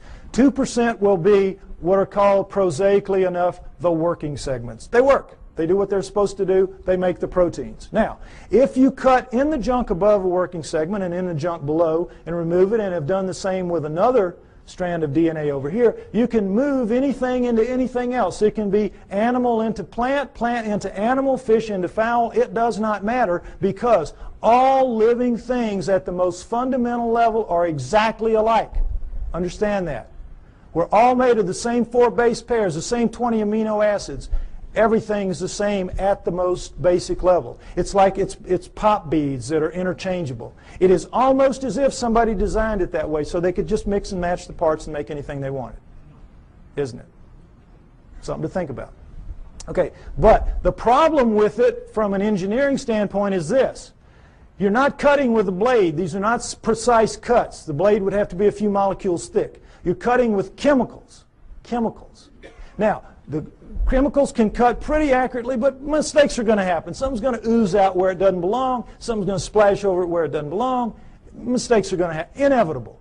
We know that. We make mistakes all the time. Another problem with genetic engineering is you don't know what you're going to get when you do this. You can't predict. You have to decide what you're going to do. You have to do it. You have to let it express, which is live, and see what you get, and then use that to determine what you do the next time. And of course, the great fear in genetic engineering is somebody's going to make a mistake and create the Andromeda strain that's going to kill us all. A legitimate concern. Although everybody's very careful, and I'm not too worried about it. But mistakes do happen because all of this is so incredibly microscopic. It's out of the nucleus of your cells. Imagine how microscopic it is. But don't try to figure it out. I can't even figure it out. It's really complex. But they do it. Okay, Understand that. Now, with that in mind, let's look at some of the proofs that I say indicate very clearly that we are, in fact, what the Sumerians say, a genetically engineered species by the Anunnaki. Next slide. Okay, here we go. The cerebral cortex is the deeply convoluted surface region of a brain that is most strongly linked to intelligence, lower right. It's the stained part out here. If you peel that off of the brain of a rat, it will cover a postage stamp. Peel it off of a monkey, it'll cover a postcard. Peel it off a chimp, it'll cover a sheet of typing paper. Peel it off of us, and it'll cover 4 sheets of typing paper. Now, you can see this is a transition. This is clearly a transformation. Now, there's some weird things about it. These guys are using all they've got. All they've got. We're using 1/2 of one page in a very different way than they are using what they have. 1/2 of one page. How do we know? We all know. We use about 10% of our brains. We know that from the studies done with idiot savants. You know that. And we know there are thousands of miles of neural network in our heads not being used. We don't know why. We don't know why. I'll tell you why. We shall make the atom who's strong but not too strong, smart but not too smart. They sealed it off genetically at the 10% mark or wherever it is. We don't know exactly where it is. But wherever it is, they sealed us off. You don't want your slave to be anywhere near as smart as you. You, in fact, want your slave to be so decidedly inferior to you that you never have to worry about treating it like a slave. So they engineered us to be really clever to ourselves, but for them, we were smart enough to talk, take instructions, act with a little bit of ingenuity and self-reliance. They could turn things over to us and kind of let us take over and do it. They gave us just enough to be wonderful in our own eyes, but be pond scum relative to them. It's what they did. So, it's pretty clear in as much as that, and now understand with the idiot savants, for those of you that don't know the proof about this, idiot savants get some beam of light in the damage to the good 10. They get some beam of light and it will strike somewhere in the other 90%. You all saw Dustin Hoffman in Rain Man, remember? Well, they get it in math, they get it in music, they get it in sculpture, art, whatever, wherever it strikes. Now, if there's just one, we could say, well, that's a freak of nature. But we've had lots of them, lots of them. So we know that all of this is out there. It's in our heads. We just can't access it. We just can't use it. But if it wasn't in our heads, it wouldn't be in their heads. So we know that it happened. They have no idea how. Well, I say that the Anunnaki did it deliberately, and that makes sense to me. Next slide. Okay, mitochondrial DNA, late 1980s, you might remember this. In humans, over 99.99% of a cell's DNA is packed into the cell nucleus, with a small amount occurring outside the nucleus in small structures called mitochondria. That's these babies right here. They're about 16,000 base pairs long. Now, when you have a mixing and a mating, the DNA in the nucleus mixes. But with the mitochondrial DNA, it does not. Sperm doesn't have mitochondrial, eggs do. And so females pass it down intact generation after generation. Well, when this was figured out in the 70s, boy, the botanists and the geneticists said, great. Now we can go and find out if the split from the common ancestor was closer to 8 million years or closer to 5 million years. Remember that? We're going to now pin it down. It's going to be one or the other. We're going to figure it out. So they went out and they took the mitochondrial DNA of women all around the world, every race, every creed, every culture, every country, and they brought them back to the lab and they started working on them. And when the answers came in the late 1980s, it was not 8 million years ago. It wasn't 5 million years ago. It was way the heck down to 200 to 250,000 years ago, and that's all. We don't exist genetically beyond 200 to 250,000 years.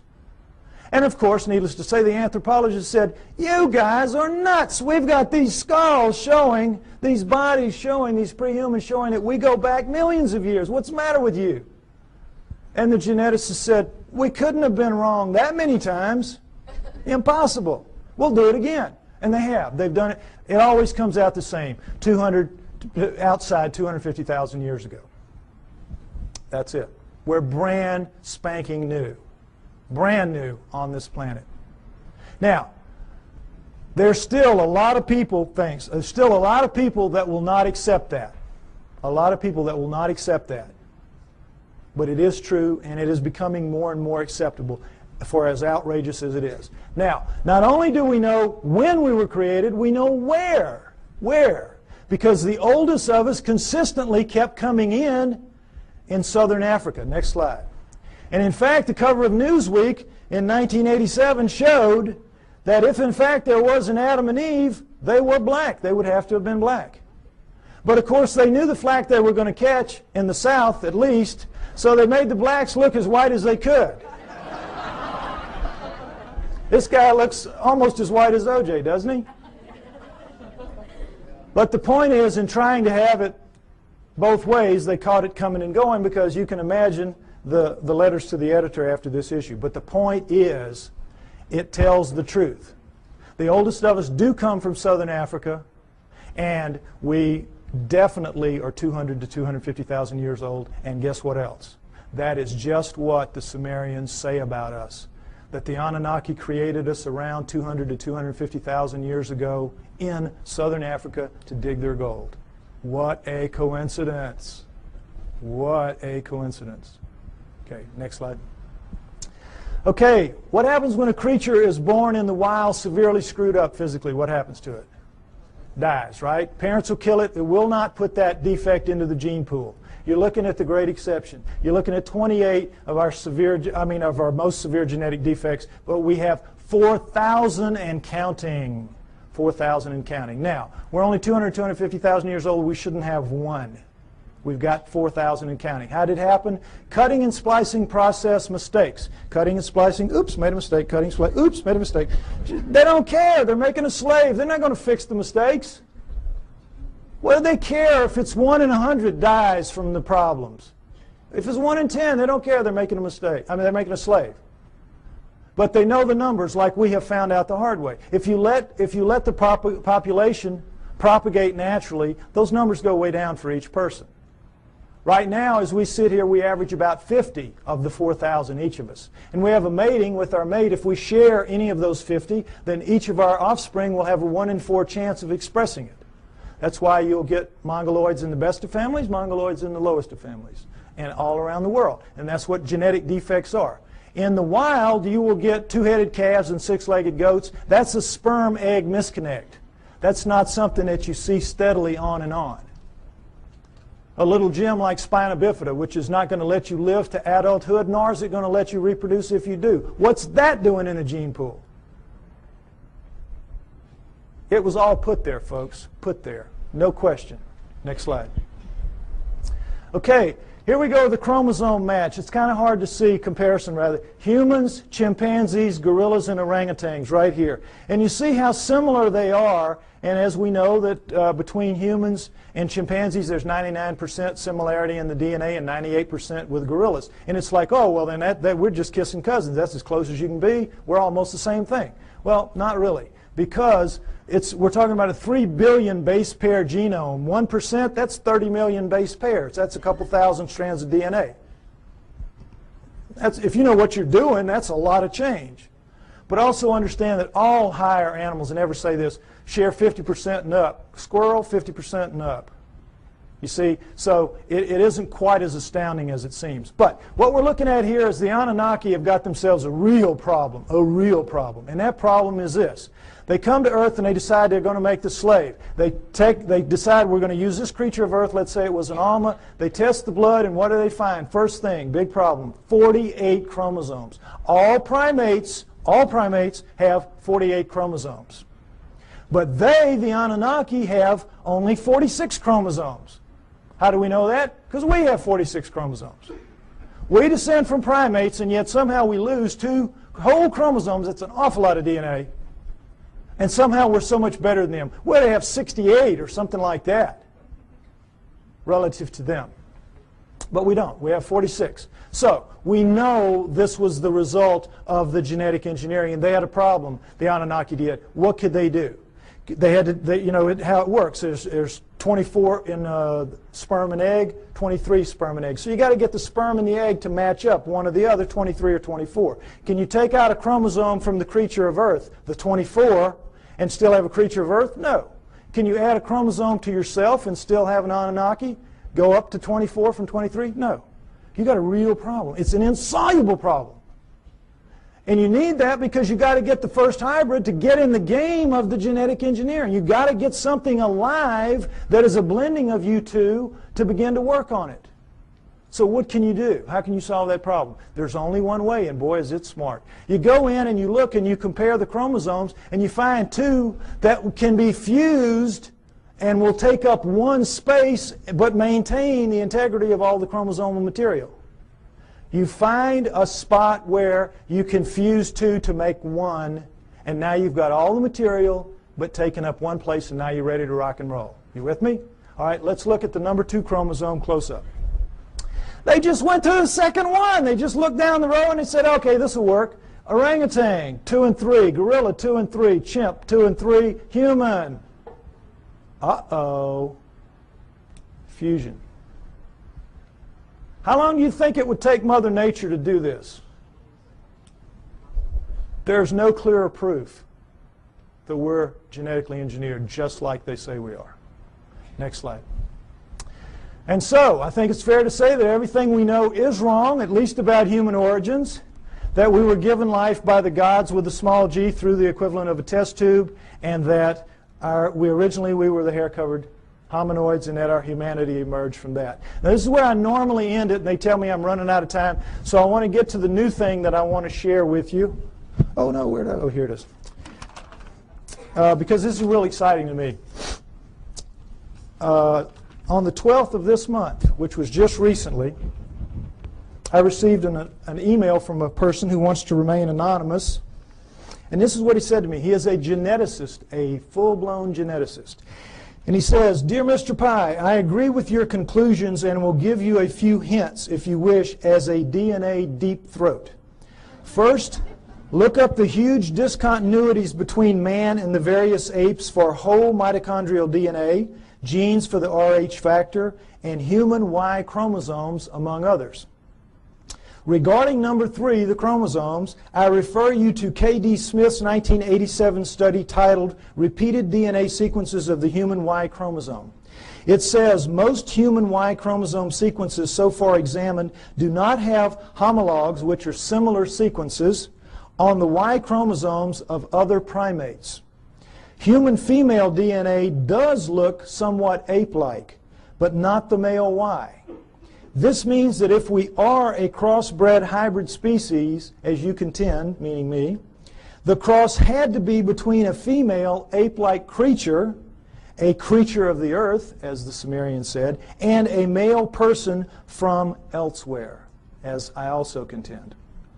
He goes on to say, "What the evolutionists do is find certain genes which look very similar between man and ape, then they make a tree of descent while ignoring those huge impassable abysses of difference elsewhere. Also, by certain methods of DNA dating, one can tell that numerous genes have been recently added to the human genome. If workers in my field were to say such things openly, we would be ostracized, as I also contend, and forced to live in a tent. Any work along these lines would be rejected without any form of appeal. So what can we do? Sincerely, DNA Deep Throat." Now,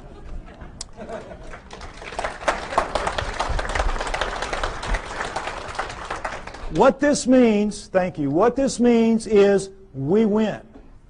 We win. Because where one of these came from, more of these are going to come.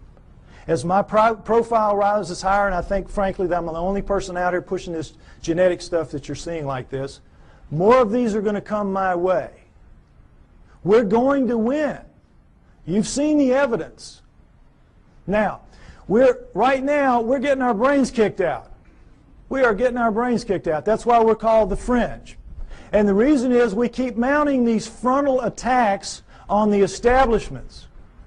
And every film that we produce, every photograph, every sighting, every testimony, every capture, every encounter that we have, and we throw at them with the best intentions. Our word is truth, is it not?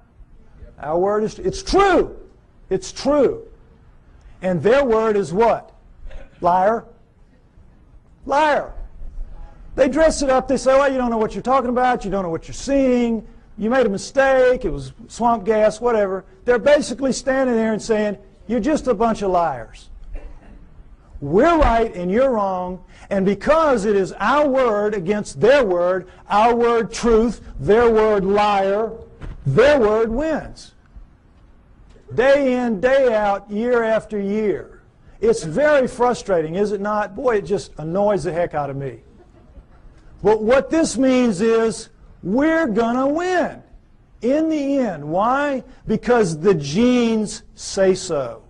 The genes back us up. And right now, this is not a field that you're very familiar with. And I've worked very hard to make this very simplistic so you could understand at least the fundamentals, and it's the same in my book. You need to be aware of this is because this is the back door, kids. This is the back. We're not going to storm them from the front. We've been doing it for years. They know how to deal with us. Our word against them, we're going to lose. But in this instance, the genetic end of it, what is it?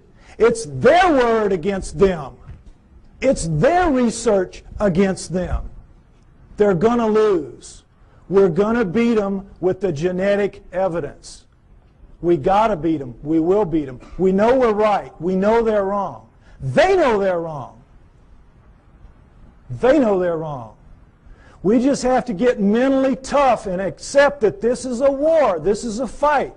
This is not, gentlemen, Marquis de Queensberry rules. This is a dog fight. This is a knife fight.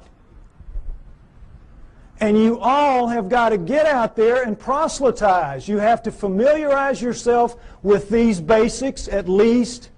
And instead of throwing things at them that are going to bounce off like BBs off a barn door, you got to start throwing some darts. This stuff will do it.